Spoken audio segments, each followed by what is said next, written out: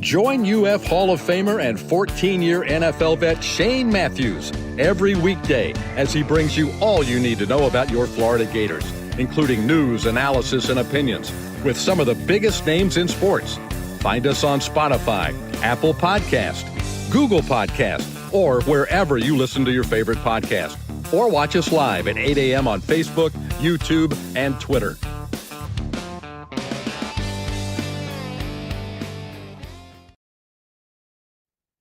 Good morning. Live edition of PodUp with Matthews in the morning from the International Diamond Center studios.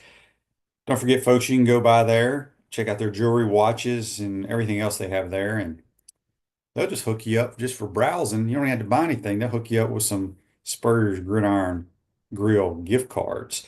It is Thursday. We'll have our college football analyst and Heisman Trophy voter Brent Beaird. We'll also have Scott Carter from FloridaGators.com get his thoughts on basketball. Also talk a little gymnastics. They hit the road today. They compete, not play. They compete tomorrow night in Baton Rouge against the defending national champs.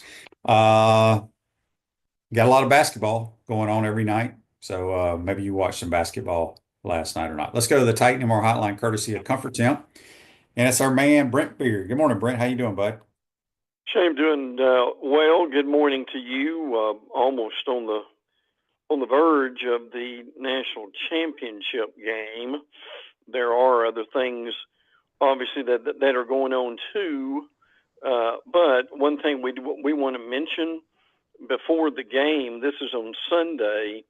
The College Football Playoff Committee and the commissioners, probably some TV people in here too, are having their annual meeting. Part of that meeting is going to be looking at what they need to change in the college football playoffs, such as do the top four seeds need to be conference champions? Does the extra time off from a first round bye put the higher seeds at a disadvantage, which it probably does? Is there a better way to measure strength of schedule for these bigger conferences? So those are things that they will be dealing with. Now, they're not going to reinvent the wheel because they don't want to take attention away from the game on Monday night. But this will be the beginning. Well, I'm sure they've already talked some before, but this will be the beginning of them meeting together over the next few months to decide where we're going with the playoffs. Well, they did make a decision on the transfer portal, didn't they? They have begun making a decision on the transfer portal. The coaches, now this is their annual meeting, and geez, it's already January, so these things are going on. This is the American Football Coaches Association. They're proposing a single portal window from January the 2nd through January the 12th, starting in 25-26. This would eliminate the portals in December and April, and then their recommendation goes to the oversight committee and eventually to the Division I Council for final approval. Now, without getting stuck in here too long, this is a good thing. That something, it may not be exactly what they're wanting here, but Shane, something's got to happen. They've got to get this out of December. This was frankly a nightmare last month because the portal is taking away attention from the playoffs. I'm sure you dealt with this too, having to deal with the portal almost every day like we did. So if your crown jewel of your sport are the playoffs, what you don't want to do is take attention away from it. So them moving it to another month eventually will leave December a lot less crowded than it is now. Does that make sense? Mm-hmm. Yeah, I think they need one time and one time only. I agree. It's like free agency. They have a small period of time for free Yep. agency, and you do it then, and that's it. Gator Art says on YouTube, brought to you by Quality Plumbing, Florida better land some linemen to protect Lagway.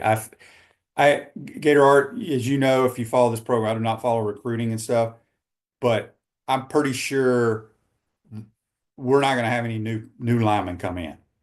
I think who's on our roster now will be your starting lineman next year, if I'm not mistaken. But a lot of other people follow recruiting more than I do.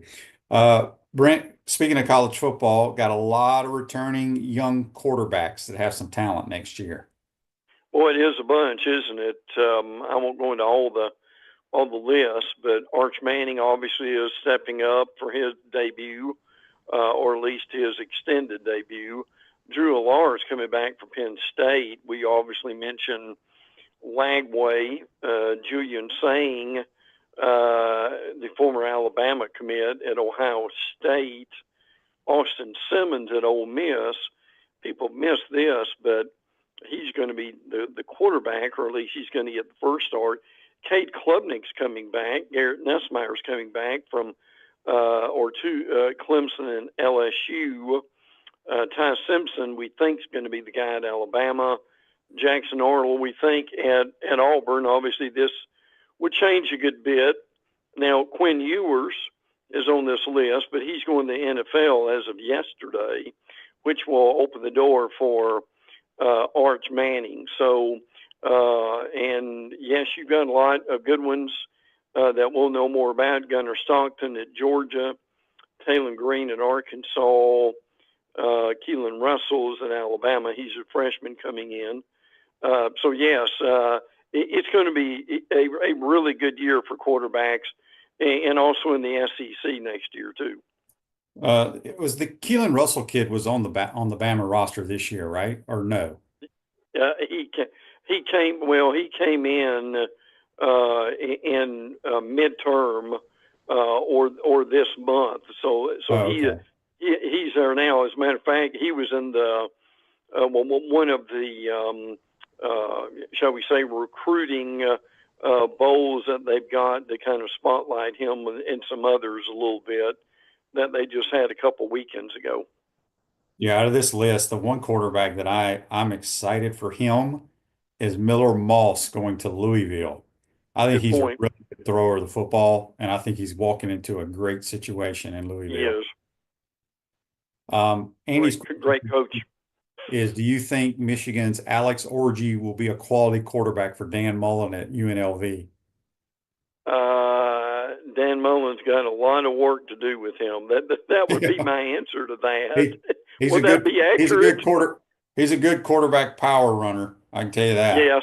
Yes, you're right about that. Now, but he's going to have to learn how to throw the ball. That's going to be really important for him. Yes, for sure. How are the ratings for the playoff games, Brent? Not bad. 17 million for Notre Dame and Penn State. Ohio State, Texas, 20 million. Now, again, as we said on this segment many times, the magic number is 4 million. So that's obviously well over that. So Monday night, I tell you, Shane, we keep having this thing for whatever reason on Monday night. Yes, dumb. We really need to get this moved to Saturday night. Agreed. And work out something with the NFL so the college football folks. Because look, if you're working and your team's in it and you want to go and you've got to work the next day, that's a difficult situation. So no, I'm with you on that one, Shane. This Monday night stuff needs to go sooner or later. Yeah, I never figured out why they do that. I guess it's because of the NFL schedule, but I'm with you. They need to figure something out. All right, so briefly, the game is Monday night. Your thoughts on the game, Brent? Well, I like Ohio State to win the game. I just think they're more explosive. They made a real mistake in the Michigan game of trying to play Michigan-style football and beat them at the line of scrimmage and basically ignore their wide receivers. Well, they learned from the Michigan game, and they are now employing all those wide receivers, including Jeremiah Smith, who is tremendous. Notre Dame leads the nation in takeaways with 32. I give Freeman a lot of credit. Marcus Freeman, he won 9 games in year 1, 10 games in year 2, and 14 games so far in year 3. So he's certainly trending well. And Freeman, as a matter of fact, from what we understand, has got an interview or maybe interviewing with Chicago Bears at some point next week. Here's a real oddity. The teams that make the college football national championship earn $20 million for their conference. Ohio State will do that for the Big Ten. Well, Notre Dame will make $20 million, but they don't share it with anybody, do they, Shane? No. They're an independent, so they keep all the money themselves. Yes, they do. Yes, they do. Somebody asked on here on Facebook Live, what do NFL scouts look for in an NFL, like throws and stuff like that when they're evaluating players? When they do these workouts and stuff, they make them do these crazy roll right, throw all the way as far as you can back across the look. Nobody will ever convince me that arm strength is one of the main ingredients into playing quarterback. It just isn't. It's accuracy and anticipation and decision making are the most important. Yes. They're clearly the most important. Every now and then, a guy's arm strength gets him a great throw, but trust me, accuracy, anticipation, decision making are the no most. doubt. Yeah. Okay, we talked about the quarterbacks. I don't know if this little thing you have here, is this rankings of the top 10 SEC returns? Well, it's basically from Saturday down south, and they just are taking an early look at who it might be, and yes, or probably doing their own little ranking of this. We'll see a million of these things over the next few months, but that's mostly what it is, just taking an early look about who may be coming back and for each team. And he says, is it just him or is Notre Dame becoming more likable with Marcus Freeman and Riley Leonard around? They're both very likable. I think Marcus Freeman's done a tremendous job. Young coach, players like playing for him.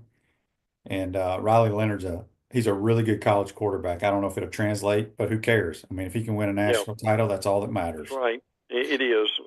And look, these coordinators deserve a little bit of credit too. Al Golden, the former Miami coach, is the Miami defensive coordinator. Mike Denbrock, who was at LSU, has done a good job offensively. Jim Knowles at Ohio State's one of the better D coordinators anywhere.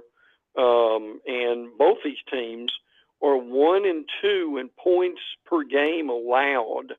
Ohio State's like 11, and Notre Dame's like 14. So, Shane, we talk about offense all we want to, but at some point it comes down to defense and how many points the other team scores. That is very, very true. The Pouncey twins, Mike and Marquise, invite you to try the mango martinis at Spurrier's Gridiron Grill, handcrafted with their J.F. Hayden liqueurs. Try those flavors or find your favorite at shopjfhaydens.com. We got Brent Beaird, a college football analyst and Heisman Trophy voter, on the Titan MRI hotline right now. Congratulations to both Nick Saban and Urban Meyer going into the College Football Hall of Fame. Yes. We thought they would be easily in there. Now I'm going to throw one more in there. Larry Blakeney from Troy also made the College Football Hall of Fame. I mean, he's got the field named after him at Troy, and rather selfishly, I'm glad he made it because Larry Blakeney was my homeroom teacher at Walker High School in Jasper, Alabama, a lifetime ago. My twin brother and I were in there with him. Larry was the coach at that point of the Walker Vikings in high school. He was a good coach. Shane, you remember he went to Auburn, and then he went to Troy and had a lot of success at Troy. So quite selfishly, I might add, I'm really happy to see Larry Blakeney in the College Football Hall of Fame. Look, we knew Saban and Meyer would be in, but it's really good to see coaches like Blakeney make it too. Agreed. I didn't know he was your high school teacher. That's awesome. Yeah, he was. Yeah. Oh, we got a lot of chatter on YouTube about the Gator basketball team blowing. Look, folks, you're going to run into buzzsaws like that. When people shoot that way, it doesn't matter if you're playing the damn Detroit That's Pistons, right. right? Yes. The Gators are going to lose more basketball games this year, but they're very, very good. That's just the way basketball goes. Here's an interesting text. I was going to save it for tomorrow, but I'll read it again tomorrow. This is from some gentleman in the 321 area code. He says, fans are donating to NIL. Why do you not support NIL? You make money from sponsors that support NIL. Haven't heard JC talk about his NIL donations to Alabama, something your fans would like to know. Okay. Appreciate the text. First of all, none of your business where I do with my money. I have said multiple times, I am not against what NIL is supposed to be. I am all for NIL for name, image, and likeness. I am 1000% against pay for play and outbidding people to buy players. I am a Gator football booster, softball booster, and golf booster. So there you have it. I'll ask. Well, Shane, real quick, let me also say, and we'll get into this later in the off season, but in July, the money from the lawsuit is going to be dropping. So what that means is all these schools are going to be getting like $21 million. So that's going to change a lot of things too. We don't know exactly how it's going to change everything, but I'm just throwing that in there for people to be aware of that timetable because that's coming in the next few months. Yeah, for sure. All right, let's go around the SEC. Alabama lost a lot of guys. They got some guys staying. Obviously, I guess the big name, people missed it, Jalen Milroe is going into the NFL draft. What's going on in Tuscaloosa? Yeah, and I think that's a good thing for Milroe. I think it's a good thing also for Alabama, frankly, that they've got a good quarterback room. It's kind of like Quinn Ewers at Texas. And at some point, when you've got a full quarterback room and a guy like Arch Manning, you've got to make a decision on what you're going to be doing with the future. So that is what's happening. But yeah, Bama does have a lot of guys who are coming back. So they're front line people, particularly on defense. LT Overton from A&M is coming back. Tim Keenan, Keon Sabb, also Deontay Lawson, who had a late ACL, Justin Jefferson. I won't name them all, but they are going to be very good defensively, I believe, and that is going to help them. They've got guys obviously going to the NFL, Tyler Booker. On the offensive line, Jalen Milroe, Malachi Moore, and the defensive back. So give and take, like all other schools. Some are staying, some are going, but the ones who are staying are going to they'll be very good next year. Auburn, they got a transfer that left, and then they got a dude out of retirement. yeah, really. The transfer is Percy Lewis. He's an offensive tackle. He went Ole Miss. And the retirement situation is former South Carolina quarterback Tanner Bailey has come out of retirement and committed to Auburn. I think that's more insurance than it is anything else. But I mean, he'll have a shot and provide some depth, and that's all that matters. That's right. What's going on with the Gators? Jameer Grimsley had something called ACL revision surgery on Monday, obviously associated with Alabama in the first place. Good player, 6'2", 196. So hopefully that will be taken care of. Deshaun Purdy is withdrawn. I know you've discussed that over the last few days. So that's the thing going on. Now, this is coming from David Waters, a mention about the name Joe Cullen as a possibility for Florida D coordinator. Not sure where that's going, but that's one of the names out there, and I'll give David credit for that. Yeah, I've heard that name too. I don't know what's going to happen. I still don't know why anybody coaching in the National Football League, regardless of what your title is, would go to college football in today's world. Because there's so many benefits outside of just coaching football and getting paid in the NFL on down the road with retirement and things of that nature. So we'll see. The Dogs, what's going on up in Georgia? If people, we've had some people here chime in about Trevor Etienne, which I'm sure you were going to announce. He's going pro. Sure. They want to know my thoughts on that. I think he's like a 4th-round pick at best. Yes.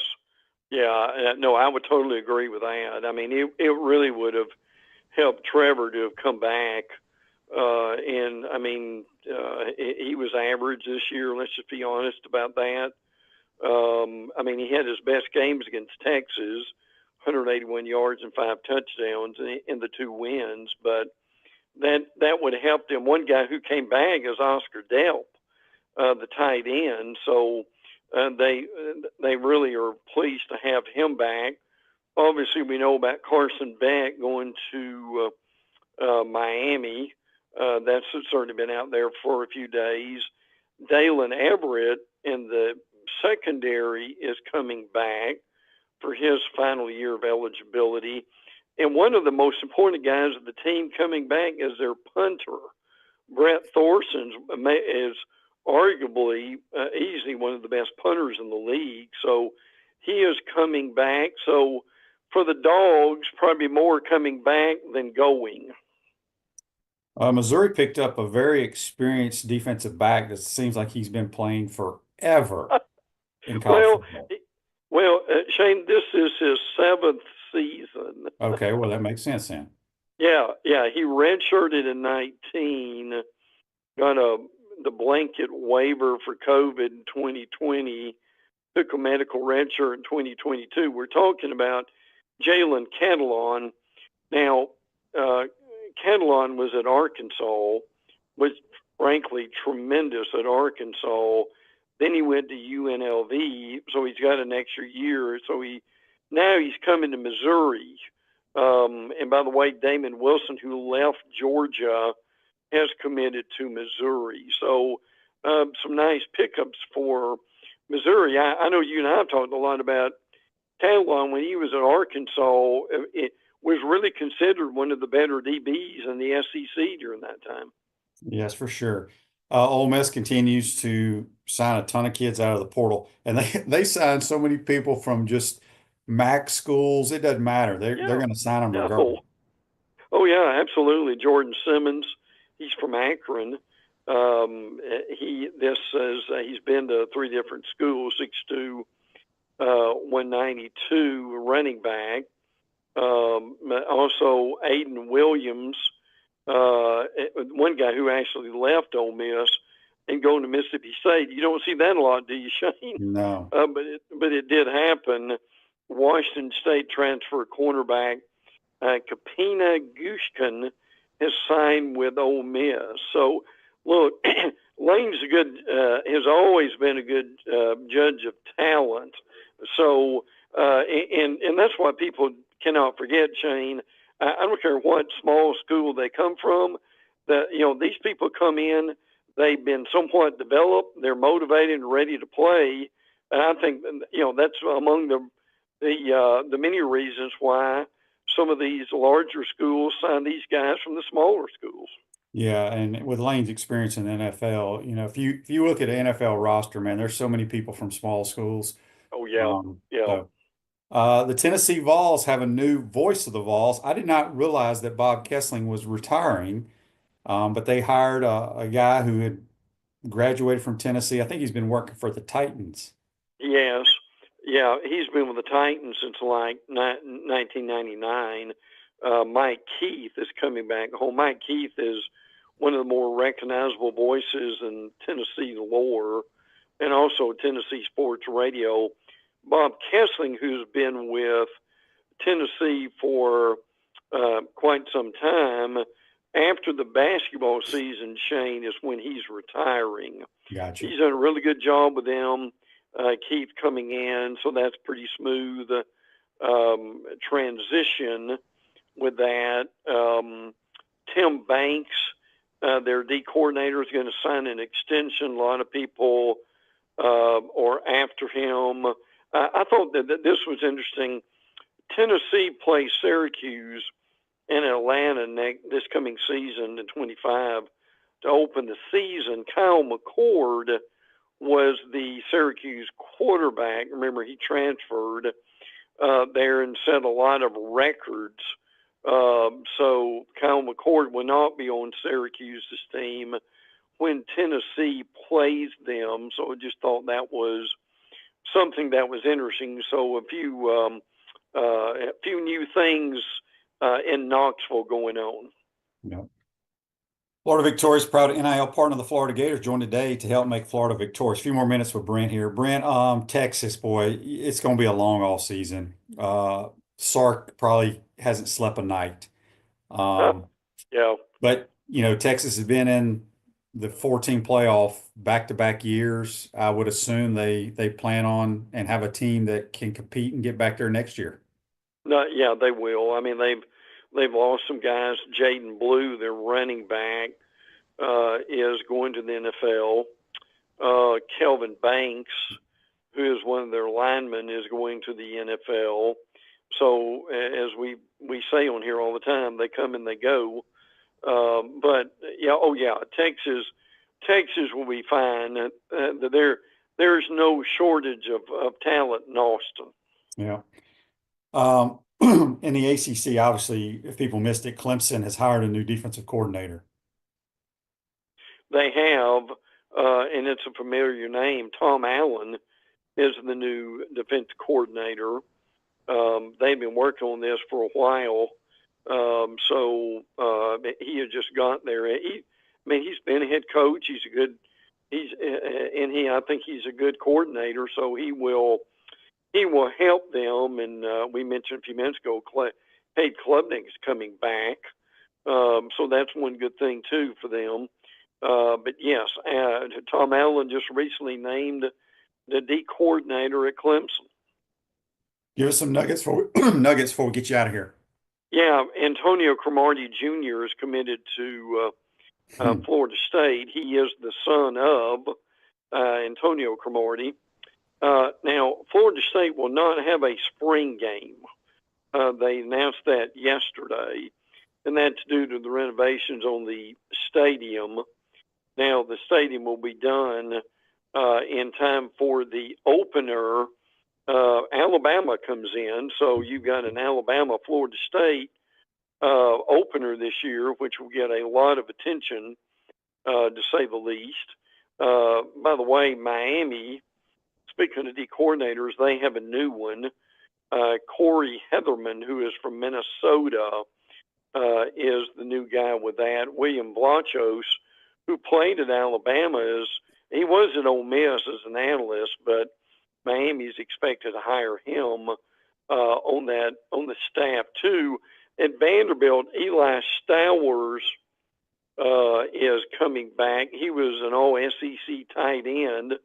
So Diego Pavia can throw the ball to him, and Diego is coming back, if folks have not heard that. So, by the way, we mentioned Texas a minute ago. I forgot to say Isaiah Bond, who came from Alabama, is going to the NFL draft. I believe that deadline, Shane, was yesterday that you had to let people know if you were going to the draft. So, and final couple of things here. One had mentioned Bill McCartney at Colorado died over the weekend at 84 years old. Really tremendous coach in a lot of ways. Colorado in 1990, and so did Georgia Tech, won the national championship. So, and I also wanted to remember my friend Jay Solomon, who kind of started sports radio here in Jacksonville. He that over the weekend was the anniversary of his death. He's been gone now for 27 years, but Jay helped a lot of people. I don't know if you remember Jay or not, Shane, but I didn't he know was him. he was a fixture around here. He was the voice of JU basketball. And by the way, if anybody is upset with losing a game in the SEC, don't be. This may be the best group of teams the SEC, and I'm not exaggerating here, has ever had in basketball. The league is that deep, and Shane, as you said, there are going to be some losses, but that's okay. It's not going to affect your strength of schedule or the net ranking or anything like that, because this league is that good. That's it.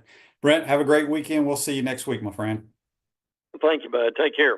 That's Brent Beaird, our college football analyst and Heisman Trophy voter. Join us on the Titan Moore Hotline, courtesy of Comfort Temp. Quick timeout. Come back. We'll be joined by Florida Gators senior writer Scott Carter. You're watching and listening to PodUp with Matthews in the morning from the International Diamond Center Studios. We'll be right back. Our premium sponsors are Campus USA Credit Union, International Diamond Center, Meldon Law, QC Kinetics, Dave & Buster's, UF Health Orthopedics and Sports Medicine Institute, JF Hayden Craft Liqueurs, Bishop's Pitmaster Barbecue, Florida Cracker Kitchen, Los Linderos Tequila.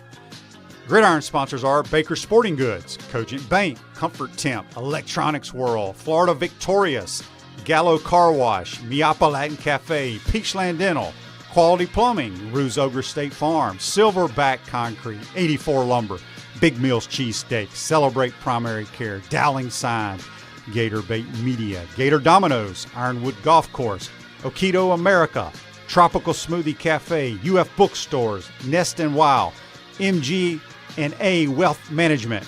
Watch and listen to us live on Facebook and YouTube. Listen to the podcast whenever on Apple or Google Podcasts, Spotify, or wherever you listen to your favorite podcast. Remember to like, follow, and subscribe so you don't miss an episode. To become a sponsor, call my man Freddie at 352-284-3733. I'm tired of you living in pain, and I want you to get real lasting relief from chronic pain in your knees, back, shoulders, and hips. QC Kinetics can get you moving again with cutting-edge regenerative treatments with no drugs, no downtime, and no surgery. Stop putting it off. Call now and schedule your free consultation. Call QC Kinetics now in Gainesville, Ocala, and the Villages. 352-400-4550. 352-400-4550.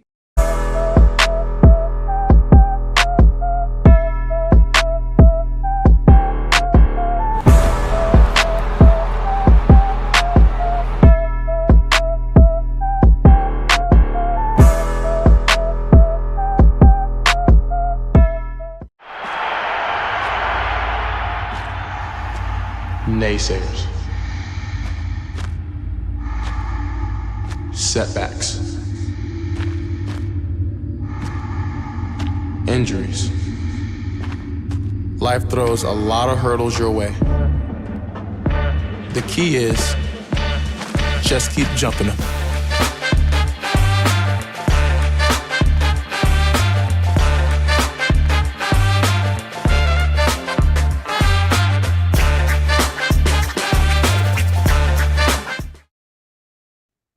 Welcome back to the International Diamond Center Studios. It is PodUp with Matthews in the morning. There are many car washes in Gainesville, but only one Gallo Car Wash, locally owned by UF alum, and the only car wash that provides NIL opportunities to Gator athletes, with locations on Northwest 13th Street, Southwest Williston Road, and a new one coming to Jonesville. Go check them out, Gallo Car Wash. Back to the Titan Tomorrow hotline, courtesy of Comfort Temp. It's our senior writer at FloridaGators.com. Scott Carter, what's up, my man? Shane, doing well, man. I feel a little more senior with the new year. I mean, I'm a little bit more senior, which, it feels like a little bit like senior some mornings. I hear you. Real quick, Conyer Ron had a question on YouTube brought to you by Quality Pump. What renovations are the semis doing? So their entire home side of their football stadium was gutted for, I guess, all year long. And so they're doing chair backs and new kind of like luxury boxes. that are supposed to be ready before kickoff because it looked very weird when we were there. You couldn't see it on TV, but it was very strange. Yeah, I just saw a new photo the other day they sent out because they're not having a spring game, obviously. That may have been what you talked about. But yeah, it'll look nice when it's done, but it was definitely weird when we were there in November.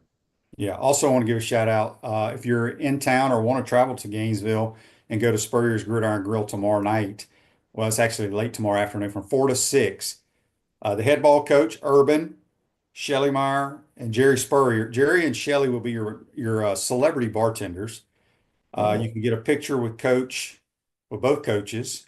I think it's $50. All the money is going to the HBC Foundation, Desire Street, which is Werfel's deal, and then the Tim Tebow Foundation. So if you need a picture with the two greatest coaches you ever had, head on over to Gridiron Grill.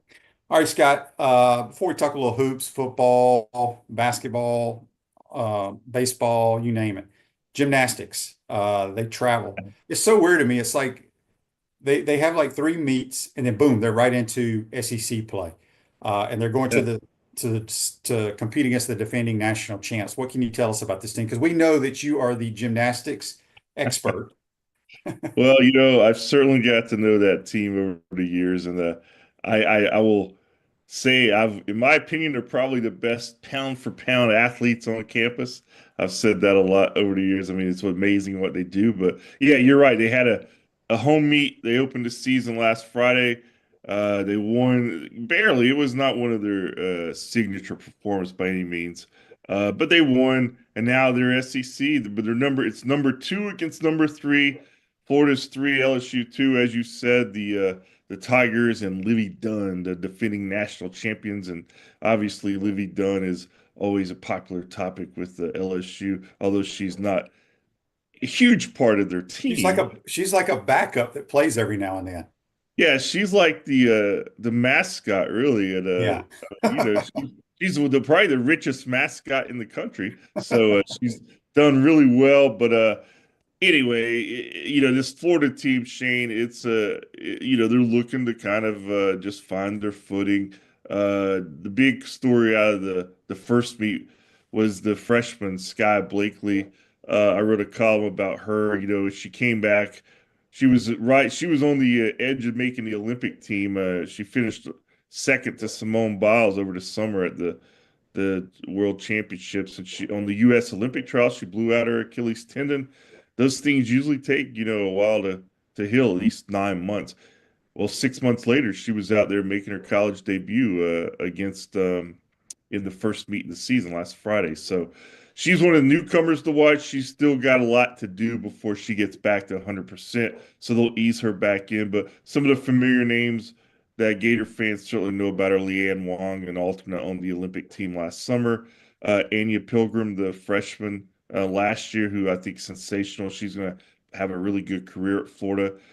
So this team has a lot of talent. Unfortunately, they're going to be without the Kayla DiCello, who, she was with Sky Blakely at the Olympic trials, and she suffered the same injury, and now she's had a relapse where she's had to have surgery on her other leg. She's going to miss the year. So that's a tough blow for the Gators, because if all these gymnasts were healthy, they would easily be talked about as a national title contender. But unfortunately, the Cello's not. Blakely still has some time to get going. But I still think they have a lot of talent, and they'll put up a good fight out there. And, who knows, man? It's gymnastics. Each team, it's easy to have an off night in that sport. Gymnastics is a strange sport to me because, first of all, I don't know how they do what they do. It's incredible. But it's almost like programs like Florida, LSU, and others that they're year in and year out. It's like the regular season does not matter. Just stay healthy.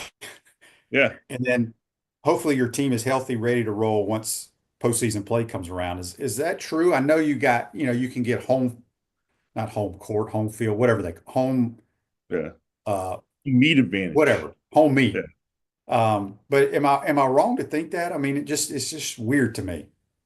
Well, individuals, I think sometimes look at that way, because they're working on their routines, they're trying to refine them so they'll be at their best in the NCAA. But the way gymnastics rankings works, it's based on the top team points of the year. Like, if That's right. Florida has a great meet and it's the national score of the season, top national score, they'll move to number one. So in that way, it does matter. So there's some truth in what you're saying, but at the same time, I mean, I don't, I think you do have to bring it every game, and look, and they're competitors. I mean, the thing that makes this so unique, and I think why college gymnastics has exploded in the last decade, and they're getting so many of the world's top performers, these Olympians, because the team sport aspect is new to them. Because usually it's just individuals, unless they're on the Olympic team, if you make it. So I think they've embraced that team sport concept. And it's the SEC, it's the biggest stage, it's on TV every week. So, yeah, winning these meets, I mean, they want to go out and beat LSU. So it's a heck of a challenge early in the season. I don't know, based on what I saw in the opener, if they're near top form. They're nowhere near top form. So they're going to have to really elevate what they did in the opener. But again, this is a very talented roster. And Jeannie Rowland, boy, does she know how to recruit? I mean, she's getting amazing gymnasts into the program. Yeah. Dan says your scores during the season are your rankings and how you make your seed. So yeah, I'm ignorant when it comes to that. I just think it's amazing what they do, but I don't understand it. All right, text on the Take No More text line from Josh in Mississippi said, QB, did you and Scott hear that Jonte Cook was kicked off Washington's team already? He was kicked off at Texas too. Florida dodged a bullet. Maybe fans should be more patient. Billy has a plan. I'm sure Billy knew about his past, and Billy does not like any issues in a locker room. Yeah, no, I remember when his name popped up in Florida, and I saw a lot of fans. We got to get this guy. I kind of had already known what had happened at Texas too, and I'm like, why do you want that guy? So, I don't know what the pursuit there really was. Obviously, they did take a flyer on Cormani McLean after his troubles at Colorado, but he had a previous relationship with Cormani McLean on the recruiting trail. They thought they were going to get him initially, so. I think each of those cases you got to evaluate, and I don't know John T. Cook what his you know issues are, but I think probably better off that he's not in your locker room right now while he has those issues. Yeah, no doubt. Speaking of football, Scott, are we hiring a defense coordinator? Are we hiring an offense coordinator? Are we going to have a head coach next year? Who's playing left tackle? Give me all the answers. I don't think anybody knows his answers right now. I don't know if Billy Napier knows them all. Offensive coordinator, that's the one that gets really beat around the most. I mean, I've seen those signs that that's going to happen. Now Billy isn't one to broadcast his plans too publicly, so. And I still remember even there was always it was very nebulous, even with the way they called plays last year, with Russ Callaway and Rob Sell. And of course, Billy, I mean, Billy's the play caller to a large degree. I mean, it's a team effort, but I don't know if he's going to hire an offensive coordinator, defensive coordinator. I've heard some things. There might be some movement there coming down the pike. But of course, Ron Roberts is still on staff. So, that's the way it is as of today. I don't know what that's going to look like.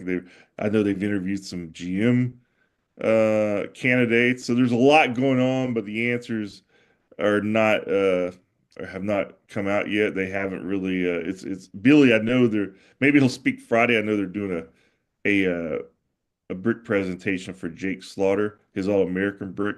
Maybe he'll address something then. I don't know. But yeah, it's that time of season where it's a lot of speculation and not a lot of answers, and it's going on in a lot of schools. I just I don't know, but I do think that there will be some changes. I mean, if I think it's going to look different in some ways, but I don't know if there's going to be an offense coordinator or not. I mean, a play caller. Yeah. Kanye Ron on YouTube, brought to you by Quality Plumbing, says, how much access do you have, Scott, to get with Napier? Any private time with the coach? No, not really lately. I mean, I can request it like others. I do walk around the building, and some of Billy is always so busy. I mean, even people who work for him, I mean, they have to schedule meetings to get one-on-ones. It's not like because he can tell you in 5 months from now on a Friday at 4 o'clock what he's going to be doing.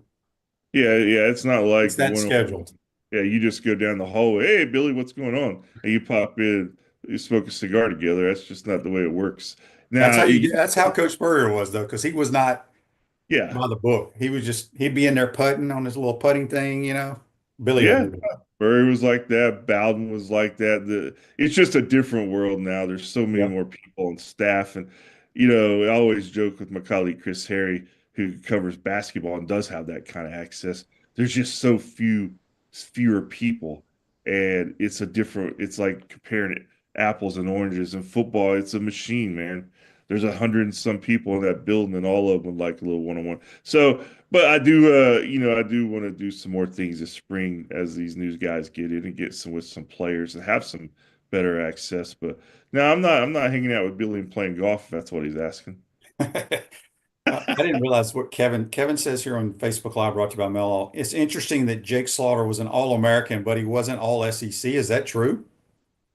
That is true. He did not make Wow. either first, second, or third SEC teams, and yet made All American. And now he's getting a brick outside. The first one since Osiris Torrance a couple of years ago, and before then it was even a while. So, Jake Slaughter is the kind of guy that there's not many of those guys left in college football in 2025, but it's nice when you get one and they're actually good. So, good for Jake Slaughter, No, man. that's awesome. But I did not even realize that. Yeah, it's He was I wrote he was fourth team All SEC then, I guess. fourth team. Yes, yes. Fourth team. My That's the goodness. same one I'm on. Fourth team. Yeah. You were his backup. All right, Scott. We got a bunch of people here chiming in about basketball. Just you've been to some basketball games. Obviously, Chris covers them more than you do. It's a really good team. People are upset that we lost to Missouri. I mean, when teams shoot like that, there's nothing you can do. People can talk about, here's what drives me crazy. Because I saw on the news, I come home, turn on the local news, and the guys are, you know, we just didn't bring it tonight. We're going to learn from, and they're going to learn from it. But the other team did not miss. There's Yeah. nothing you can do about that. It was just one of those nights. Yeah, I mean the Jason Grill kid, I mean, he was like what, 6 out of 7 from 3-point range at one time. Yeah, I really do think what happened there, I was there, just Missouri came out. It was kind of like the Florida Tennessee game. Florida came out and just, punched Tennessee in the face, and Tennessee never got up and responded. Missouri kind of did that the same way with that outside shooting in the first half. Now, Florida, give them credit, they responded. And I think that, they were right there in the game at the end. Um, but I do think afterward, I was in the press conference when Todd Golden came in and the players, and, they all kind of said the same thing. Look, kind of we learned you've got to come out right from the tip, and that was something that they had been doing consistently. They certainly showcased it against Tennessee, but they didn't do it against Missouri. So I do expect them to respond on Saturday against Texas in a positive way. And I like this team. I think it's legit. I don't think anything they've done is a fluke, and I think their toughness is really. Elijah Martin has just added so much toughness to that lineup, and he wasn't at his best the other night. But I think they really kind of feed off him and his energy and toughness, and that's what I think they need, and that's what they're going to have to do consistently to win in the SEC because it is a monster this year. Yeah, I agree with Dan, what he says on Facebook Live. Grill hit every contested three. Can't do anything about that. I thought the defense was good too. Look, sometimes the other team just plays better than you. Yeah, I thought we played hard. Um, Missouri just made shots, and we had a huge deficit to try to come back from. yeah. So, I mean, all right, Scott. they deserved to win the game. Yeah. This Day in Sports brought to you by Campus USA Credit Union. Put some star power to work in your final to life. Campus USA Credit Union. 1966. Were you born yet, Scott? I was not. I was not a senior writer at that point. You weren't even a senior baby. Chicago's granted an NBA franchise to be called the Bulls. It became the third NBA franchise in Chicago after the Chicago Stags and the Chicago Packers. Did you know? I didn't even know they had those two teams. So that's This Day in Sports brought to you by Campus USA Credit. Did you learn something today on the program, Scott? I did. I had not heard of the Chicago Stacks. I know the Bulls and I know some of their history, but those other two teams, yeah. So thanks, man. You've enlightened me this morning, Shane. Yes. And I figured you can sleep better tonight now. Yeah, yes. All right, before we get you out of here, baseball season. You're kind of the baseball reporter where Chris does softball. Both of them, I think, are going to have tremendous years. Softball is going to be preseason number one. Baseball being the top 10. Sully's just going to be having regular Sully year, right? They should have a pretty good team. Yes, I think they're. I mean, they'll be a top 10 program in the rankings when the season opens. I don't know if you guys saw, but D3 baseball they did their team year review the other day, and they named Florida the top program of the last decade in college baseball. Pretty solid choice. I mean, you can't really argue it too much. The other one that some people may have had is Vanderbilt, but Florida has done it consistently under Sully. They were in Omaha last year. Obviously, didn't win it, but they've got a team that's going to be a combination of what most of his teams are. You have the top end talent with some of the high end newcomers, and I think you're going to see that again this year with some of the pitching and just they don't have Jack Caglione obviously, but they lost Wyatt Langford 2 years ago, and then Jack Caglione became the stud. So now we're going to have to see who's the guy behind Jack Caglione because you don't just replace a hitter like that, one of the best hitters ever in college baseball. But I like what I haven't been over. I haven't had time to check out one of the practices yet, but I think Sully is on the Gator tailgate tonight. Is tonight Thursday? Yeah, the Gator talk with Sean Kelly. They still, Yeah. I assume they do that still at L House. Yeah, L House. I was over there last week when Todd Golden was on there, and of course I was over there with you earlier this year during football. So Sully should be able to give fans some good insight on that team tonight. If you didn't know that was on, so I think it's 7 o'clock. But yeah, I mean, if I'm sitting back in Omaha in June for the ninth time in my career at UAA in 14 years, I won't be surprised. But I do know where I'll go and get a steak again. I'll certainly go back to geez, still got my morning. I haven't had all my It's coffee. the Drover. The Drover. I will be back at the Drover getting a steak for sure. Yeah. All right. Got any good stories that people can look forward to on the website coming up? Yeah, I'm just, I'm going to help some of basketball. Well, obviously gymnastics. I'm writing a preview of the LSU. And I'm doing something a little off the side, but I did a story a few months ago for the magazine we put out on UF's relationship with the UAA in the analytical space, sports analytics, and there's a lot of movement that's been going on there. So I'm going to update that story. I met with some people yesterday. So it's kind of an interesting, different past story. And of course, as we get closer to spring football, I'll start writing more about the new guys and some of the new faces. And there will be news in football that I'll cover in the coming weeks. I don't know what it's going to be yet, but I think we all know there's going to be a few changes. So it's never boring. This week it was the quarterback that Deshaun Purdy got out of his letter. So it's always something, Shane. Nothing stays the same in college football more than about 3.5 hours. So. Pretty much. Scott, good stuff as always. Appreciate your time. Have a good week, and we'll talk to you soon, man. All right, you too, Shane. Good to see you, man.